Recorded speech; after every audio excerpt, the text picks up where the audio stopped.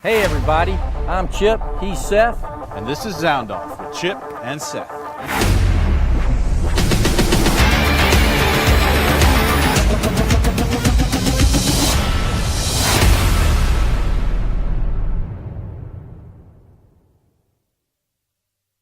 Hey everybody, Chip and Seth back with you. He's Seth, I'm Chip. This is Zound Zaxbys. I don't have a birthday cake shake, but I had a salad earlier today for lunch. It was delicious. Oh, look at you showing me up. You have the salad and I have the birthday cake. Yeah, but shake. you have a salad that I bought for you that you're having for dinner. I'm having one tomorrow for lunch. And, you know, that's the Chip and Seth show. Thank you for joining us. This is the real deal, man. Yeah.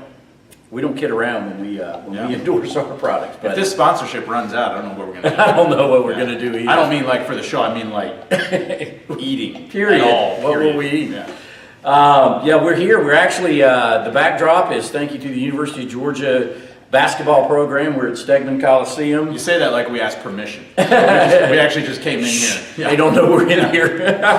They don't know we're in here. Thank you to our cameraman, Bryson Towers. It's a bit. Hey, he has the last name the same as you. Yeah, no relation. Okay. No relation. So we haven't visited with our good viewers since that debacle. People hate it when I use that word sometimes, but I don't know how else to describe what we witnessed. You're not supposed to this lose to past Georgia Saturday. Tech, and you're not supposed to lose any game when you're up by 13 and have the ball at midfield with 11 minutes left. Yeah, two scores with 9 minutes left when they take over. Another team at the 6-yard line. The ESPN probability graphic, if I'm quoting this right, when J.J. Green gets dropped for a 2-yard loss, now you're facing 96 yards. Yeah. 98% chance you should win that game. Yeah, and they but you didn't. should never lose to Georgia Tech. But so that's the main thing. But Yeah. Chip, something that's amazing is that the difference that one play, one 12-minute period can have on everything. If Georgia closes that game out, even if it's tight at the end and they stop the guy on that third down scramble and stop him again on fourth down and win the game, then Georgia's 8-4, heading into the bowl season with a 4-game win streak, and everyone's feeling really optimistic, trending up. Instead, 7-5, and you lost to Georgia Tech, and people are concerned, and that's the difference. It's that close, and of course you could extend that through Georgia's entire season. Yeah. But this game in particular was really, it's kind of like 24. You remember 2014 when they lost to them too? It was kind of like, oh man, that next thing you know you're in the Belt Bowl. And same thing here. We don't know at this moment, what bowl Georgia's going to end up in, but no question they definitely lost their footing a little bit, even though they're still in that pool of 6 area. They were looking at a lot better stuff at 8-4 than they kind of lost control at 7-5. Yeah, now like the Birmingham Bowl and Shreveport are in play for Georgia. I'm not saying they wouldn't have been in play before. Right. I'm not saying they'll end up in one of those bowls. I posted something on Wednesday. I talked to the Texas Bowl head where Georgia could end up there. Yeah. I think a lot of that would be Georgia lobbying to get there to avoid Birmingham or Shreveport.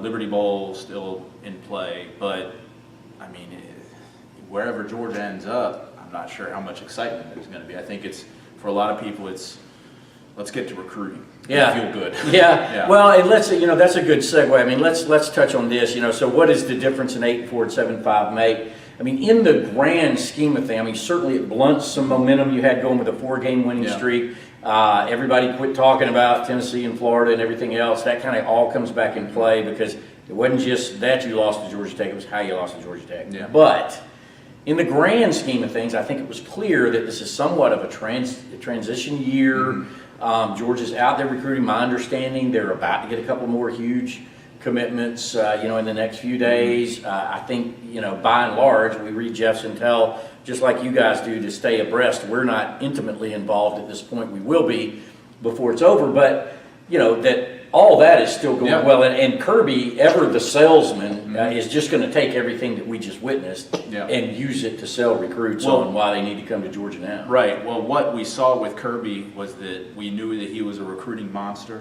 when he was at Alabama, and he hired a staff that was geared around recruiting. Yeah. So the question is, how good are they now at developing and coaching up that's these gonna be guys? the question And that's the nowadays. question going forward. I think they're going to continue to recruit well, and everybody's going to feel good in February and going forward after that, but then it's going to be again a question, because I'm still one of these people who, and it makes me, maybe I look overly skeptical or whatever. But when people say that this team isn't as talented, that what did you expect this season? I say, who out there was picking 7 and 5?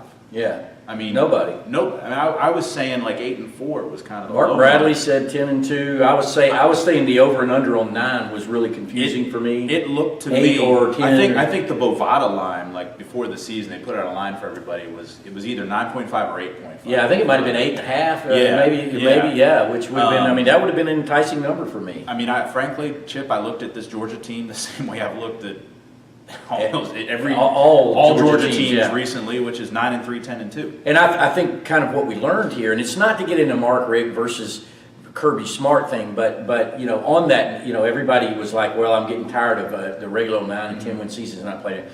But that's that's no guarantee that you were still going to get that. Now I haven't made up my mind on Kirby Smart overall. What I think of him, I don't think we've had enough of a sample size to feel strongly about his ability to be a head coach or not. He's got to get his players. But let me just finish making this one point. I do think that Georgia wins 9 or 10 games if Mark Richt is still the coach and you don't have all that culture change and tremors from change and all that. I think that 9 or 10 wins would have definitely been in your wheelhouse. The bad statement I'll make for Georgia fans, one they don't want to hear, is this team didn't have many injuries this year, so you can't say that they were expected. That's a really good point. They were expected to have, they were expected to have 9 or 10 wins. They only ended up with 7, and you can't say it was because injuries here and there and everywhere. Like Tennessee's got that, and even Florida has that argument. 2013, right, Georgia's team had that argument. They were really good. They were 4-1, and then the injuries hit, and they cratered. So I'll make to some extent. All right, so. That's bad. The good thing I'd say is if this team under a first-year coach was 7 and 5, like if it was Will Muschamp, let's say, a coach that they had hired who had a mixed track record, you'd be going, But with Kirby, look, you can't sugarcoat it. He didn't have a good first year. One more game left, but he's also a first-year coach who's done some on-the-job training and learning, and there's definitely the potential to improve. First years, by and large, generally are tough on first-year coaches. They all, Mark Richt, Jim Donnan, all of them have made mistakes in their first year. Real quick, we're here at basketball. There's something to be optimistic about. I love the way they played out in Kansas City, and I think in Yonte, they obviously lost to Kansas, but Yonte Maton's very impressive tonight. We're here before the Morehouse game. That's not really a big deal. They got a big game coming up Sunday against Marquette, and that's going to be an interesting one to watch. They need that one. Yeah, they need that one because they didn't get Clemson or Kansas. GW on a George Washington on a neutral court's good. Yeah, but you got to beat Marquette at home. I know it's way too early for this kind of thing, but just because Joe Lunardi is already out with a last 4 in, first 4 out, next 4 out. He has Marquette among his next 4 out. Yeah. So right now Marquette is seen as a bubble team on the wrong side. He doesn't have Georgia even on there. So Georgia's got to get in the conversation at some point, and beating Marquette at home, good step. That would be a good one. It would kind of cancel out losing to Clemson, and because this was kind of what they needed to do in the non-conference was get to the Marquette game, win that one, and be 6-2, which they would be if they win that. That's right. So we're all over basketball as well now, and we'll continue to be over basketball. Thank you to Zaxbys. We'll be continuing to give you these updates. So check back next week. We'll be able to tell you about the Marquette game. As long as Zaxbys. As long as they're doing this, we're plowing right on for you and for Zaxbys and for us. Thank you, Zaxbys. For Seth, I'm Chip. We'll see you next week. We'll tell you about that bowl destination, and we'll tell you about how they did against Marquette. So long, y'all.